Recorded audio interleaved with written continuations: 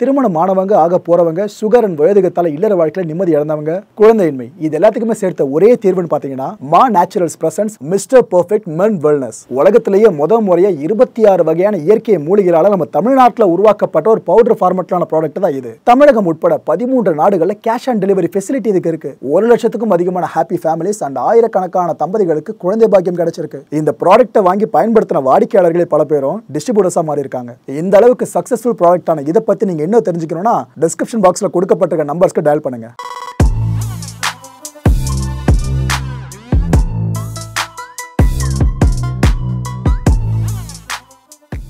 வணக்கம். Big topic with Karthik Mayakumar. இன்னைய நாளோட பிக்கஸ்ட் டாபிக்கே இந்த இஷ்யூ தான். ஆஃப்டர் ஆல் ஒரு பேஜை இதை வெடிகுண்டா மாற்றி வச்சிருக்காங்க. ஹேக் பண்ணி மாற்றுறாங்களா இல்லை உள்ளே இருக்க பார்ட்டில் வேலை பார்த்து விட்டாங்களா எதுவும் இருக்க தெரிலங்க, க்ளூலெஸ். ஆனால் இந்த ஹெஸ்புல்லா குற்றம் சாட்டுறது இஸ்ரேல் தான். நீங்கள் தான் இதை பண்ணியிருக்கீங்க, உங்களை தாண்டி வேறு யாரும் பண்ணியிருக்க வாய்ப்பே இல்லைன்னு. அப்பேற்பட்ட இந்த பேஜர் இஷ்யூ இருக்குல்ல, இதோட டெக்னிக்கல் காம்பனன்ட் சார்ந்து தான் பல விஷயங்களை பேச போகிறோம். நிகழ்ச்சிக்குள்ளே போகலாம். இப்படி இருந்த பேஜருங்க ஹெஸ்புல்லா ஆர்டர் பிளேஸ் பண்ணி அந்த குறிப்பிட்ட கம்பெனிகிட்ட வாங்கினாங்க பார்த்தீங்களா, அந்த கம்பெனி பற்றியில் போக சொல்கிற வெயிட் பண்ணுங்கள். அப்போ அவங்க கையில் கிடச்ச பேஜர் இப்படி தான் இருந்திருக்கு. பின்னாடி ஒரு ஸ்டிக்கர் இருக்குல்ல, இதுதான் இந்த மேட்டரில் ரொம்ப பெரிய விஷயமே. Made in Taiwan. தாய்வான் யாருக்கு ரொம்ப நட்பு நாடு? அமெரிக்கா. எந்த தரப்புக்கு ரொம்ப எதிரான நாடு? அமெரிக்காவோட எதிராளிகள் எல்லாருமே தாய்வானுக்கு எதிராளிகள் தான். ஓகேவா? அதை மைண்டில் வச்சுக்கோங்க. அப்பேற்பட்ட இங்கே இருந்து உருவாக்கப்பட்டு இந்த ஒரு பேஜர் ஹெஸ்புல்லா கிட்ட ஹேண்ட் ஓவர் பண்ணப்பட்டு அதுக்கப்புறம் தான் இந்த பிளாஸ்ட் நடந்திருக்கிறதுனால ஒட்டுமொத்த கோபமும் தைவான் பக்கமும் திரும்பி இருக்கு. மாவன இந்த கம்பெனி தான் எங்களுக்கு இந்த பேஜர்ஸை கொடுத்தீங்க, நீங்களும் அவங்களுக்கு உடந்தையாக இருக்கீங்களான்னு ஹெஸ்புல்லாவோட கோபம் அப்படி திரும்பி இருக்கு. ஏன்னா இந்த பேஜர் இப்படி இருந்தால் ப்ராப்ளம் இல்லைங்க, எப்படி மாறி இருக்கு பார்த்தீங்களா? இப்படி இருக்க வேண்டிய பேஜர் தான் வெடிச்ச பிற்பாடு இப்படி கிடச்சிருக்கு. இது ஆக்சுவலாக ரியல் டைம் கிளிப்பு. அங்கேருந்து எடுக்கப்பட்ட காட்சிகள் இருக்குது பாருங்கள், வெடிப்புக்கு பிற்பாடு. அதுக்கப்புறம் படம் பிடிக்கப்பட்ட ஒரு புகைப்படம்.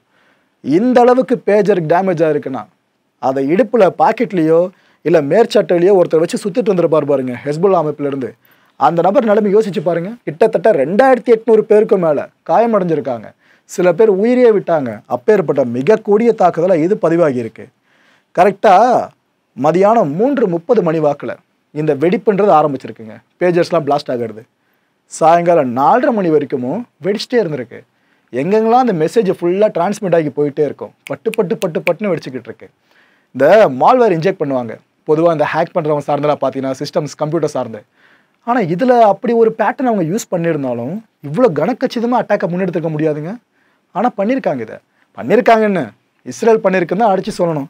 ஏன்னா அவங்கள தாண்டி இப்பேற்பட்ட ஒரு எக்ஸாக்டான அட்டாக்கை வேறு யாரால் முன்னெடுக்க முடியும்? இப்போ பயத்தில் இருக்காங்க ஹெஸ்புல்லா அமைப்பில் இருக்கவங்களாம். அப்படிலாம் இல்லை ப்ரோன்லாம் சொல்லவே முடியாது. ஏன்னா உலகம் முழுக்க செய்தி பரவிடுச்சு இந்த பேஜர்ஸு வெடிக்குது அப்படின்ட்டு ஹெஸ்புல்லா பயன்படுத்திட்டு இருக்கிறதெல்லாம். உலகத்தில் இருக்க எல்லா பேஜர்ஸ் இல்லை, பயந்துடாதீங்க, ஹெஸ்புல்லா அமைப்பினர் கிட்ட இருக்க பேஜர்ஸ்லாம் வெடிச்சுக்கிட்டு இருக்குன்னு சொல்லிட்டு பயத்தில் என்ன பண்ணிட்டு இருக்காங்களா, பேஜர்ஸை தூக்கி வீசிக்கிட்டு இருக்காங்களாம். நம்ம வேறு எதனா கம்யூனிகேஷன் பேட்டர்னை பயன்படுத்தல இதுக்கப்புறம் இந்த பேஜரே வேணாம்ப்பா அப்படின்ட்டு. இன்னொரு பக்கம் ஹமாஸ் பண்ணிட்டு இருக்காங்க ஒரு கம்யூனிகேஷனுக்காக.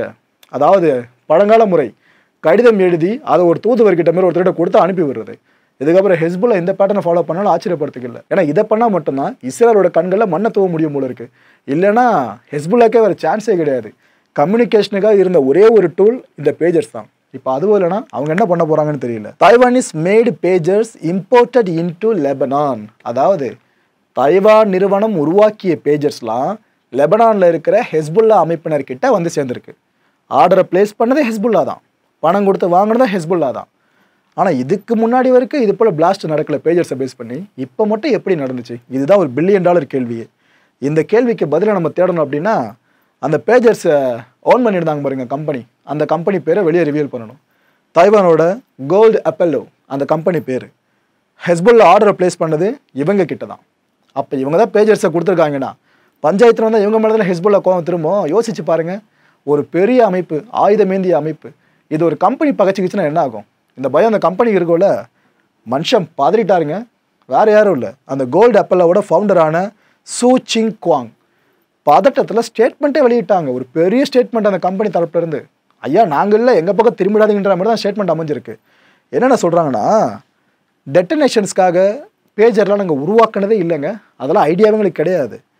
லெபனானில் இப்போ நடந்துச்சுல அந்த பேஜர்ஸ் பிளாஸ்ட்டு, இதை பற்றி எங்களுக்கு ஒன்றுமே புரியல, எப்படி வெடிச்சதுன்னு சொல்லிட்டு, அது 1-2னா பரவாயில்ல, ஏதோ டெக்னிக்கல் இஷ்யூன்னு சொல்லலாம், அது கூட இவ்வளோ பெரிய பிளாஸ்ட்லாம் ஏற்படாது. லைனாக 2800 பேருக்கும் மேலே காயமடைகிறாங்கன்னா அவ்வளோ பேஜஸ் வெடிச்சிருக்கு, எப்படின்னு தெரியல. லெபனானில் வெடித்ததுக்கும் எங்களுக்கும் சம்மந்தம் இல்லைங்க. அந்த ப்ராடக்ட் எங்கள்தான் இல்லைன்ட்டாங்க. எங்களோட கம்பெனி ப்ராடக்ட் சொன்னதான இஷ்யூ, எங்கள் ப்ராடக்ட்டே இல்லைன்ட்டாங்க. கோல்டு அப்பல்லோ அப்படின்ற ஸ்டிக்கரை ஒட்டியிருக்காங்க மேலே அந்த பேஜர்ஸில், அதை நாங்கள் பார்த்தோம். ஏன்னா ஹெஸ்புல்லாக்கு சந்தேகம் வரக்கூடாதுன்றதுக்காக ஒட்டியிருக்கலாம், நடுவில் யாரோ ஒட்டியிருக்கலாம். ஆனால் அதை நாங்கள் தான் ஒட்டி ஃபுல்லாக எங்களோட முழுமையான ப்ராடக்டாக யாரும் நம்பாதீங்கன்னு இந்த கம்பெனி காலில் விடாத குறையாக இப்போ கேட்டுக்கிட்டு இருக்கு. AR924 இந்த மாடலாங்க இந்த வெடிச்ச பேஜர்ஸ்லாம். இந்த பேஜர்ஸை ஆக்சுவலாக நாங்கள் உருவாக்கலை. என்ன நடந்திருக்குன்னா, BAC அப்படின்ற ஒரு ஐரோப்பிய நிறுவனம், இந்த நிறுவனம் இந்த கோல்டன் அப்பல்லோ இருக்குல்ல, இந்த பிராண்ட் நேமை பயன்படுத்திக்க லைசன்ஸ் இருக்கான். ஓகேவா? BACக்கு இந்த பிராண்ட் நேம் பயன்படுத்த லைசன்ஸ் இருக்கான். இவங்க இந்த டிசைனாக இருக்கட்டும், பேஜர்ஸோட டிசைனாக இருக்கட்டும், அதோட மேனுஃபேக்சரிங்காக இருக்கட்டும், எல்லாத்தையும் அவங்க தான் பண்ணுறாங்களாம். பேருக்கு மட்டும் அந்த கம்பெனி பேர் வந்து தைவான் கம்பெனி பேர், மற்றபடி எல்லா வேலையும் இந்த BAC யூரோப் கம்பெனி, அதான் எங்கள் ஹைலைட்டு, அவங்க பண்ணுறாங்க. நாங்கள் தகவல் தொடர்புக்காக மட்டும்தாங்க இதுவரை காலமும் பேஜர்ஸை விற்றுக்கிட்டு இருந்தோம். மற்றபடி இன்பிட்வீன் கேப்பில் என்ன நடந்துச்சு தெரியலன்னு அந்த கோல்டன் அப்பல்லோ கதறிக்கிட்டு இருக்கு. இதெல்லாம் தாண்டி ஒரு முக்கியமான விஷயம் சொல்லட்டுமா? பொதுவாக சொல்லுவாங்களே, நிறைய விஞ்ஞானிகள் அறிவில் சிறந்தவங்கள்லாம் யூதர்களாக இருந்திருக்காங்க அப்படின்ட்டு. இதில் பல பேருக்கு உடன்பாடு இருக்காது. ஏன்பா ஏதோ ஒரு பிரிவில் பிறகுறாங்கன்னா எல்லாருமே அறிவாளிங்களா அப்படின்ற கேள்வி பிறக்கலாம். சும்மா நீங்கள் கூகுள் பண்ணியே பாருங்களா, எத்தனை பேர் இது வரைக்கும் யூதர்களாக இருந்து இந்த உலகத்தை மாற்றிருக்கான்னு நிறைய பதில்கள் உங்களுக்கே கிடைக்கும். அதுக்காக இவங்க தான் டாப்புன்னு நான் தூக்கி பேசலாம்னு நினைக்காதீங்க. ஃபேக்ட்டு அதை சொல்கிற ஓப்பன் அவங்ககிட்ட அவ்வளோதான். எல்லா பிரிவுகளும் அறிவியல் சிறந்தவங்க தான். ஆனால் இவங்க நவீன அறிவியலில் ஒரு படி மேலே இருக்க மாதிரி தாங்க தோணுது. எதுக்காக இது இந்த அளவுக்கு டிஸ்க்ளைமர் மாதிரி சொல்கிறேன்னா, ஸ்க்ரீனில் தெரியுறாருல, இந்த பர்சன் பேர் ஆல்ஃப்ரெட் ஜே கிராஸ்.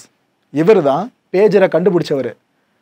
ஆக்சுவலாக 1949 பேஜர் இப்போ வரைக்கும் இங்கே பயன்படுத்துகிறவங்க இருந்துக்கிட்டு தான் இருக்காங்க, ஃபுல்லாக கான்ஃபிடென்ஷியலான மெசேஜஸாக கன்வே பண்ணுறதுக்காக. ஆல்ஃப்ரெட் பிறந்தது 1918 பிப்ரவரி 22 கனடாவில்.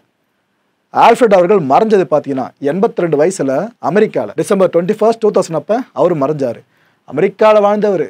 ஸோ அமெரிக்காவுக்கு இஸ்ரேல் எந்த அளவுக்கு இணக்கம் நான் உங்களுக்கு சொல்லி தெரிய வேணாம். இதில் இன்னும் நீங்கள் கவனிக்க வேண்டிய ஒரு விஷயம், ரொமானியன் ஜூயிஷ் இமிகிரன்ஸுங்க. இந்த பெற்றோருக்கு பிறந்தவர் தான் ஆல்ஃப்ரெட். ஸோ இவரும் ஒரு யூதர் தான். ஸோ ஒரு யூதரோட கண்டுபிடிப்பை வச்சு யூதர்கள் நடத்தின அட்டாக்கா, அதாவது இஸ்ரேலியர்கள் நடத்தின அட்டாக்கா தான் இந்த பேஜர்ஸ் பிளாஸ்ட் அட்டாக்கை இப்போ பார்க்க முடியுது. இதுக்கப்புறம் நீங்கள் கான்டென்ட்டில் முழுக்க இந்த பேஜரோட பார்ட்ஸு, பேஜர் எப்படி இயங்குது, இதை பற்றி ஃபுல்லாக தெரிஞ்சுக்க போகிறீங்க. ஏன்னா இது உங்களுக்கு தெரிஞ்சாதான் உங்களுக்கு முழுமையான புரிதல் இந்த பிளாஸ்ட் சார்ந்தே கிடைக்கும். பேஜர்ஸ் அப்படி இல்லைனா பீப்பர் அப்படின்னு சொல்லுவாங்க. அந்த சவுண்ட் பீப்ன்ற மாதிரி வரும் பார்த்தீங்களா, அதை பேஸ் பண்ணி இது ஒரு போர்ட்டபிள் கம்யூனிகேஷன் டிவைஸுங்க. ஆக்சுவலி இது என்ன பண்ணோன்னா, ஷார்ட் மெசேஜஸ் இருக்குல்ல, இதை ஃபுல்லாக ரிசீவ் பண்ணும், அதை நம்மளுக்கு ஷோ பண்ணும். டிப்பிக்கலி இந்த நியூமெரிக் அப்படி இல்லைனா ஆல்ஃபா நியூமெரிக் இந்த பேஸில் தான் மெசேஜஸ் ஃபுல்லாக கன்வே பண்ணப்படும். இது அந்த டைம்லேருந்து எடுத்துக்கிட்டிங்கன்னா டாக்டர்ஸு, ஜேர்னலிஸ்ட்டு, டெக்னீஷியன்ஸு, மேனேஜர்ஸ்னு இவங்க எல்லாம் பயன்படுத்திக்கிட்டு இருந்தாங்க. ஒரு காலத்தில் பார்த்தீங்கன்னா திடீர்னு பாக்கெட்லேருந்து ஒரு பிளாஸ்டிக் ஒன்று எடுப்பாங்க, கருப்பு கலரில் குட்டியாக இருக்கும் பாக்ஸ் மாதிரி, ஓப்பன் பண்ணுவாங்க, சின்னதாக ஒரு ஸ்க்ரீன் ஒன்று இருக்கும், டிஸ்பிளே. அது பார்த்து மெசேஜ் ஒன்று கன்வே ஆகிடும். ஓ ரைட், இங்கே வரணுமா, ஓகே அடுத்து இதுவா அப்படின்னு அவங்க புரிஞ்சுப்பாங்க. செல்ஃபோன்ஸோட வருகைகளுக்கு முன்னாடி பேஜர்ஸ் தான் உலகத்தை ஆண்டுச்சு இந்த கம்யூனிகேஷன் சார்ந்து. அப்போலாம் பேஜர்ஸ் வச்சிருந்தாலும் பெரிய ஆள் மாரி பார்ப்பாங்க. இப்போ செல்ஃபோன் இருக்குல்ல, அதுமாதிரி அப்போ பேஜர்ஸ். இதில் என்ன ஒரு ஸ்பெஷாலிட்டினா, ரிமோட் ஏரியாஸில் கூட உங்களால் ப்ராப்பராக கம்யூனிகேட் பண்ண முடியும் இந்த பேஜர்ஸை பயன்படுத்தி. RFன்னு சொல்லுவாங்க, அதாவது ரேடியோ ஃப்ரீக்குவன்சி. இந்த எனர்ஜி டிரான்ஸ்மிட் பண்ணப்படுதுங்க, இந்த பேஜிங் கண்ட்ரோலர் மூலமாக டிரான்ஸ்மிட் பண்ணப்படுது. இதுக்கப்புறமா ரிசீவ் பண்ணப்படுற மெசேஜ் இருக்குல்ல, அதை டிஸ்பிளே பண்ணுது. இதுதான் இந்த பேஜரோட பேசிக்கான எக்ஸ்ப்ளனேஷன். இப்படி தான் அது ஃபங்க்ஷன் ஆகும். இதை அட்வான்ஸாக சொல்லணும் அப்படின்னா கொஞ்சம் வெயிட் பண்ணுங்கள், அடுத்தடுத்து அதை பற்றி நான் சொல்கிறேன். இந்த பேஜர்ஸ் எப்படி ஒர்க் ஆகுது அப்படின்னு கொஞ்சம் எலாபரேட் பண்ணி சொல்லதா இருந்தால், என்ன பண்ணும், இந்த RF எனர்ஜி இருக்குல்ல, அதை ஃபுல்லாக ரிசீவ் பண்ணும். ரிசீவ் பண்ணிவிட்டு அந்த கோடட் மெசேஜஸ் இருக்குல்ல, இதை ஃபுல்லாக அது எக்ஸ்ட்ராக்ட் பண்ணுங்க, தேவையில்லாதெல்லாம் ரிமூவ் பண்ணிட்டு அதை எக்ஸ்ட்ராக்ட் பண்ணும். அதுக்கப்புறம் டீகோடிங் ஆரம்பிக்குது. என்ன பண்ணோம், இந்த டிவைஸுக்கான மெசேஜ் என்னன்றதை ஃபுல்லாக டீகோட் பண்ணி கடைசியாக தான் டிஸ்பிளேல காட்டும். இவ்வளோ ப்ராசஸ் ஒரு மெசேஜை ரிசீவ் பண்ணி பார்க்கறதுக்கு முன்னாடி வரைக்கும் நடந்துக்கிட்டே இருக்கும். ஸ்க்ரீனில் தெரியுதுல ஒரு டயக்ராம். இன்ஜினியரிங்லாம் படிச்சிருக்கீங்கன்னா கண்டிப்பாக உங்களுக்கு தெரிஞ்சிருக்கும். Antenna, display, battery, memory, indicators, control, processor, radio receiver, connector, இதெல்லாம் சேர்ந்தது தான் ஒரு பேஜர். ஆக்சுவலாக டெடிக்கேட்டட் வயர்லெஸ் பேஜர்ஸ்லாம் பார்த்தீங்கன்னா பொதுவாக ஒன் வே கம்யூனிகேஷன்ஸ்க்கு மட்டும் தாங்க பயன்படுத்தப்படும். இது முழுக்க முழுக்க கண்ட்ரோல் பண்ணுறது பேஜிங் நெட்வொர்க் தான். இன்கேஸ் அந்த பேஜிங் நெட்வொர்க்கை டார்கெட் பண்ணி ஏதாவது அட்டாக் பண்ணால், ஒருவேளை அந்த அட்டாக் பண்ணுறவங்க நினைக்கிறதெல்லாம் நிகழ்த்த முடியுன்றதான் இப்போ ப்ரூவ் பண்ணப்பட்டிருக்கு. ரைட்டு, அந்த பேஜரோட ஒவ்வொரு பார்ட்ஸை பற்றியும் சொன்னல மேலோட்டமா. இப்போ அது எல்லாத்தை பற்றி டெப்த்தாக பார்ப்போம். இந்த ஆண்டனா இருக்குல்ல, இதோட வேலை என்னன்னா, ஆர்எஃப் இருக்கு பாருங்க, ரேடியோ ஃப்ரீக்வன்சி, இது சார்ந்த ரேடியேஷனை கேப்சர் பண்ணும். மொதல் ஸ்டெப்பே இப்படி தான் பேஜர் ஒர்க் ஆகும். ரிசீவர்னு ஒரு போர்ஷன் சொன்ன பாருங்க, அது என்ன பண்ணும், இந்த இன்ஃபர்மேஷன்ஸ் இருக்கு பாருங்க, ஆர்எஃப் கேரி பண்ணி வந்த இன்ஃபர்மேஷன்ஸ், அதை ஃபுல்லாக ரிமூவ் பண்ணும். தேவையில்லாத எல்லாத்தையும் ரிமூவ் பண்ணும். அந்த ரிமூவ் பண்ணி கையில் ஃபைனலாக கிடச்சிருக்கு பார்த்தீங்கன்னா, அந்த என்கோடட் இன்ஃபர்மேஷன்ஸை ப்ராசஸருக்கு அனுப்பும். ப்ராசஸர் சிஸ்டம்க்கு எந்த அளவு முக்கியமோ பிசியில், அதே மாதிரி தான் இங்கேயும் ரொம்ப ரொம்ப ரொம்ப முக்கியமானதுங்க பார்ட்டு பேஜரில் ப்ராசஸர்ன்றது. இதை தான் பிரெயின் ஆஃப் த பேஜர் அப்படின்னு சொல்லுவாங்க. பேஜரோட மூளைன்னு அர்த்தம். இது என்ன பண்ணும், இன்ஃபர்மேஷன்ஸ் எல்லாத்தையும் ரிசீவ் பண்ண பிற்பாடு அதை ஃபுல்லாக டீகோட் பண்ண ஆரம்பிக்கும். டீகோட் பண்ணிவிட்டு ஒரிஜினல் இன்ஃபர்மேஷனை அதை அப்படியே ரீப்ரொடியூஸ் பண்ண ஆரம்பிக்கும். இதுதான் முக்கியமான வேலையே இந்த பேஜர் பண்ணுறதுலையே. மெமரின்னு ஒரு போர்ஷன் இருக்கும். ஆக்சுவலாக இந்த மெமரி தான் மெசேஜ் எல்லாத்தையுமே எலக்ட்ரானிக் மெமரியில் ஸ்டோர் பண்ணி வைக்கும். இந்த பேஜஸ்னால நிறைய மெசேஜஸை உள்ளே ஸ்டோர் பண்ணி வச்சுக்க முடியும். ஏன்னா சில பேர் தப்பாக நினச்சிக்கிட்டு இருக்காது, ஒரு 1, 2, 5 இவ்வளோ மெசேஜஸ் மட்டும் தான் உள்ளே மெமரைஸ் பண்ணிக்க முடியும். அப்படி கிடையாதுங்க.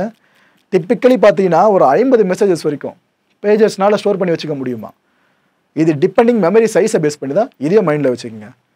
டிஸ்பிளே முக்கியமான ஒரு விஷயம் இதுதான். ஏன்னா இதுக்காக தான் இவ்வளோ ப்ராசஸும் நடக்குது, என்ன மெசேஜ் நம்மளுக்கு காட்டுறதுக்காக.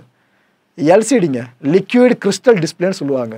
ஆக்சுவலி இதுக்கப்புறம் நிறைய என்ஹான்ஸ் பண்ணிட்டாங்க இந்த பேஜர்ஸ்லேயே. பொதுவாக இங்கே வரைக்கும் பயன்படுத்தப்படுறது எல்சிடி தான். ப்ராசஸர் என்ன பண்ணும், டிஸ்பிளேவுக்கு தி மோஸ்ட் ரீசன்ட் மெசேஜை ஃபஸ்ட்டு அனுப்பும். ஆனால் சிலர் எப்படி செட் பண்ணியிருப்பாங்கன்னா, சம் பேஜர்ஸ் மட்டும் மோஸ்ட் அர்ஜென்ட் மெசேஜஸை முதல்ல காட்டும். ஸோ ஃபிஃபோன்னு சொல்லுவாங்க, ஃபர்ஸ்ட் இன் ஃபர்ஸ்ட் அவுட்டு. அப்படி பேட்டர்ன் தான் பொதுவாக எல்லா பேஜஸும் இயங்கும். ஆனால் சில பேஜஸ் மட்டும் இதுதான் உனக்கு ரொம்ப அவசர செய்தி, ஸோ இதை முதல்ல படின்ற மாதிரி காட்டுமா. பேஜஸ்லேயே இந்த 2 டைப்பை பிரிச்சுக்கலாம். அடுத்தபடியாக இண்டிகேட்டர்ஸ், அதாவது நம்மளுக்கு கொஞ்சம் எச்சரிக்கிற மாதிரியோ இல்லை ஒரு சமிகையை கொடுக்குற மாதிரியோ. ஆக்சுவலாக 2 வகைகள் இயங்குமாங்க இந்த இண்டிகேட்டர்ஸு. ஒன்று பார்த்தீங்கன்னா ஆடியோபிள் பீப்பர், அதாவது பீப் அப்படின்ற ஒரு சவுண்டாக இருக்கட்டும், நம்மளுக்கு கேட்கும், அதான் ஆடியோபிள்னு சொல்லுவோம், கேட்கும், ஓகேவா, அது போல் சமிங்க. இன்னொன்று இன்ஆடியோபிள் வைப்ரேட்டர்னு சொல்லுவாங்க. வைப்ரேட் அவ்வளோதான், ஜஸ்ட்டு கிர்ன்னும், மற்றபடி இல்லை சவுண்டு கிவுண்டு எதுவுமே வராது. ஆனால் உங்களுக்கு தெரிஞ்சிடும், இண்டிகேட் ஆகிடும், ரைட்டு ஏதோ வந்திருக்கு மெசேஜ் அப்படின்ட்டு. என்ன பண்ணலான்னா, இதை நீங்கள் கான்ஃபிகரும் பண்ணிக்க முடியலாங்க இந்த இண்டிகேட்டர்ஸை. அதாவது அர்ஜென்ட் மெசேஜஸ் இருக்குல்ல, இதை நீங்கள் பார்க்காமலேயே, அந்த பேஜில் எடுத்து பார்க்காமலேயே நீங்கள் தெரிஞ்சிக்க முடியும். அதுக்கேற்ற மாதிரி அந்த இண்டிகேட்டர்ஸை பேஸ் பண்ணி உங்களால் கான்ஃபிகர் பண்ணிக்க முடியும். அது ஆடியோபிளாக இருக்கலாம், அட் த வர்ஸ்ட் கேஸ் வைப்ரேட்டராக கூட இருக்கலாம். அடுத்ததாக கண்ட்ரோல்ஸ், இந்த பட்டன்ஸு, இதை வச்சு தான் நீங்கள் ஸ்க்ரால் பண்ணுறது, மெசேஜை மேலே கீழே திருப்புறது எல்லாமே பண்ண முடியும். அப்புறம் யூஎஸ்பி கனெக்டர் வசதியும் இருக்குது. இந்த காலகட்டம் சார்ந்து சொல்லணும்னா, கம்ப்யூட்டரோடு இந்த யூஎஸ்பி கேபிள் இருக்குல்ல, அதை நீங்கள் இந்த பேஜரோடு கனெக்ட் பண்ணி பொருத்திக்கலாம். பொருத்திக்கிட்டு ஒரு பர்டிகுலர் சாஃப்ட்வேர் இருக்குங்க பேஜரை கான்ஃபிகர் பண்ணுறது சார்ந்து, அதில் நீங்கள் எல்லா கான்ஃபிகரேஷன் ப்ராசஸையும் இந்த யூஎஸ்பி கேபிளை வச்சு சிஸ்டம் உதவியில் முடிச்சிக்க முடியும். கடைசியாக என்க்ளோஷர், வேறு எதுவும் இல்லை, நான் சொன்ன இந்த எல்லா காம்பனண்ட்டையும் பாதுகாக்குது பாருங்கள் மேலே இருக்கிற பிளாஸ்டிக்கு, அதுதான், வேறு எதுவும் இல்லை. ஆக்சுவலாக இது ரோபஸ்ட் பிளாஸ்டிக் கேஸுங்க, ரொம்ப ஹார்டாக இருக்கும். இதுதான் ஹை டிகிரி ஆஃப் ப்ரொடெக்ஷனை உள்ளே இருக்க எல்லா பார்ட்ஸுக்கும் கொடுக்கும். இப்போ உங்களுக்கு பேஜரோட ஃபங்க்ஷன் சார்ந்து எல்லாமே தெரிஞ்சிருக்கும்னு நினைக்கிறேன். அதுவும் பேஜரை கண்டுபிடிச்சது ஒரு யூதர் தான், அவரோட ப்ராடக்டை வச்சு தான் யூதர்கள் நடத்தின தாக்குதல் மாதிரி இந்த பேஜர்ஸ் அட்டாக்கை பார்க்க முடியுது. ஓகே, இந்த கான்டென்ட்டை பொறுத்தவரைக்கும் நாமெல்லாம் சிந்திக்க வேண்டியது ஒரே ஒரு விஷயந்தான், யூத படைப்பை வச்சு இப்போ நிகழ்த்தப்பட்டிருக்க தாக்குதல் இதுன்றது வெட்ட வெளிச்சமாக இருக்குது. ஆனால் அது இஸ்ரேல் முழுமையாக ரெஸ்பான்சிபிலிட்டி கிளைம் பண்ணிப்பாங்கன்னு நினைக்கிறீங்களா? ஆமாம்பா பண்ணிப்பாங்க அப்படின்னா அதுக்கு என்ன காரணம்? இல்லை ப்ரோ பண்ண மாட்டாங்க அப்படின்னா அதுக்கு என்ன காரணம்? உங்களோட கருத்துக்களை கீழே கமெண்ட் செக்ஷனில் கமெண்ட்டாக லீவ் பண்ணுங்கள். அடுத்த நிகழ்ச்சியை சந்திக்கலாம். நன்றி, வணக்கம். வணக்கம் மாயம் ஸ்டுடியோஸ் நண்பர்களே. மாயம் ட்ரெண்ட்ஸ் அப்படின்ற ஒரு புதிய ஃபேஸ்புக் பேஜை ஓப்பன் பண்ணியிருக்கோம். நீங்கள் யூடியூப்பில் பார்த்துட்டு இருக்கீங்களா நம்மளோட கான்டென்ட்ஸ்லாம், இதெல்லாம் விட ஒரு படி மேலே ரொம்ப கிறிஸ்பாகவும் ரொம்ப சூப்பராகவும் நிறைய கான்டென்ட்ஸ் உங்களுக்கு இந்த பேஜில் காத்துட்ருக்குங்க. ஸோ உடனடியாக ஃபேஸ்புக் பிளாட்ஃபார்ம் போங்க, மாயம் ட்ரெண்ட்ஸ்னு டைப் பண்ணி சர்ச் பண்ணி நம்ம பேஜை ஃபாலோ பண்ணுங்கள். அப்படியே நம்ம சேனலையும் நீங்கள் சப்ஸ்கிரைப் பண்ணிட்டீங்க அப்படின்னா இன்னும் நிறைய புது புது கான்டென்ட்ஸை உங்களுக்காக ப்ரொடியூஸ் பண்ணி கொடுத்துக்கிட்டே இருப்பாங்க. நீங்கள் பண்ணுற ஒவ்வொரு சப்ஸ்கிரிப்ஷனும் எங்களுக்கு பெரிய மோட்டிவேஷனாக அமையும்.